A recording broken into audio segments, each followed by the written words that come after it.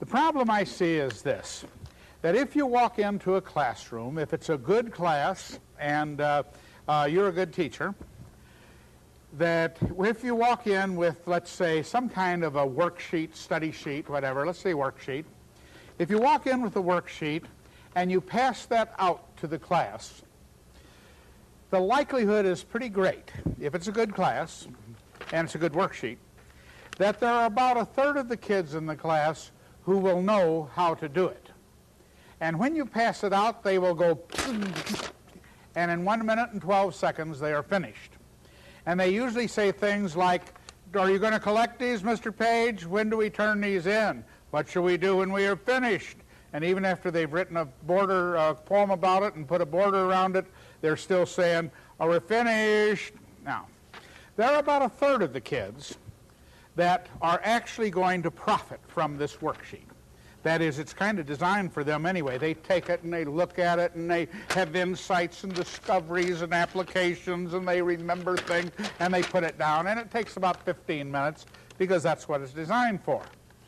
But there are about a third of the kids who do not do worksheets. And if you're lucky, they will take it, turn it over, and go back to whatever they were doing.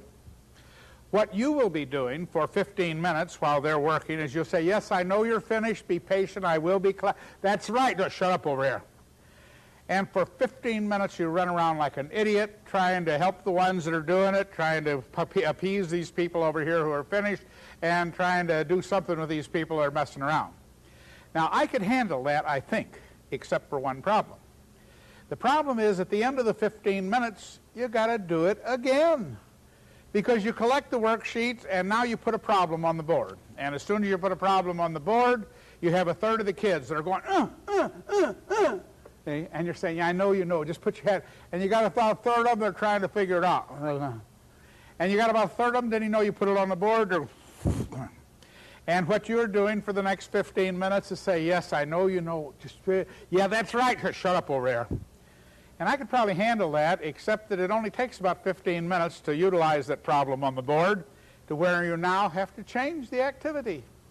And so you say, take out a book. And as soon as you have them take out the book and give them a page, these people know the book, they have the page, they're ready to recite. These people are ready to go with whatever it is you have. And these people over here, they don't have books. And so for 15 minutes, you're discussing it, trying to keep these people down, help these kids, and keep these people from tearing things up. Now, that would drive me up a wall. And I cannot believe there are people who walk in every day and introduce an idea knowing full well that as soon as they introduce it, some of them already know it, some of them might be learning it, and the others couldn't care less. So let me give you a solution to that. It is a gimmick solution. But there's one way you can have that you'll never have that problem again. And the solution is never give less than 3 weeks worth of work at any given time. You see, what I'm suggesting to you is that you go to your class Monday and you go in and say, for the next 3 weeks. See, don't give 15 minutes worth because it'll tear you up. Give a minimum of 3 weeks worth. Now, I have 2 requirements in that 3 minutes, in that 3 weeks worth. Number one, in terms that are meaningful to the kid. In other words, you don't say for the next 3 weeks we're going to be studying grammar. That's not meaningful to any kid I know. You don't say for the next 3 weeks we're going to be reading Shakespeare. Why would you do that? You go in and say it in terms that are meaningful to the kid. You say we are going to be studying grammar. Within the grammar we're going to be studying pronouns and antecedents. Within the antecedents, we're going to be studying them in terms of number, gender, and case. We're going to see why you don't say, my uncle, she did her work. I mean, well, you could say that in some cases, maybe, but the reason you don't say that is there is an agreement factor. We will be studying that agreement, so you get the agreement.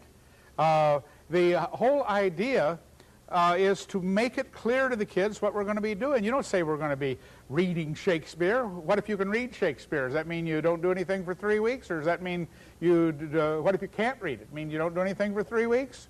That's not what we're going to be doing. We're going to be reading Shakespeare for the purpose of taking a look at the kind of plays he wrote in relation to current day plays. We're going to be looking for qualities like ambition and greed. We're going to be looking at dialogue and at the dimensions of the play. We're going to be looking at plots, subplots, counterplots. We're going to be looking at character development. See, whatever it is you're going to do, why are you reading it? You don't just tell them you're going to be reading it, you tell them why. So, number one, you let the kids know what we're going to be doing for a minimum of 3 weeks, and you let them, and you do it in terms that are meaningful to them. And number two, there must be a variety of activities. There must be. You see, you don't just say we're going to be reading Shakespeare for the next 3 weeks. You say we are going to be reading Shakespeare, we are going to be listening to professional Shakespearean actors on phonographs. We're going to be watching Marlon Brando's version of Julius Caesar. We are going to be acting out some of the parts. We are going to be memorizing the soliloquy about friends, Romans, countrymen. We are going to be whatever it is you're going to do. And there must be a variety of activities.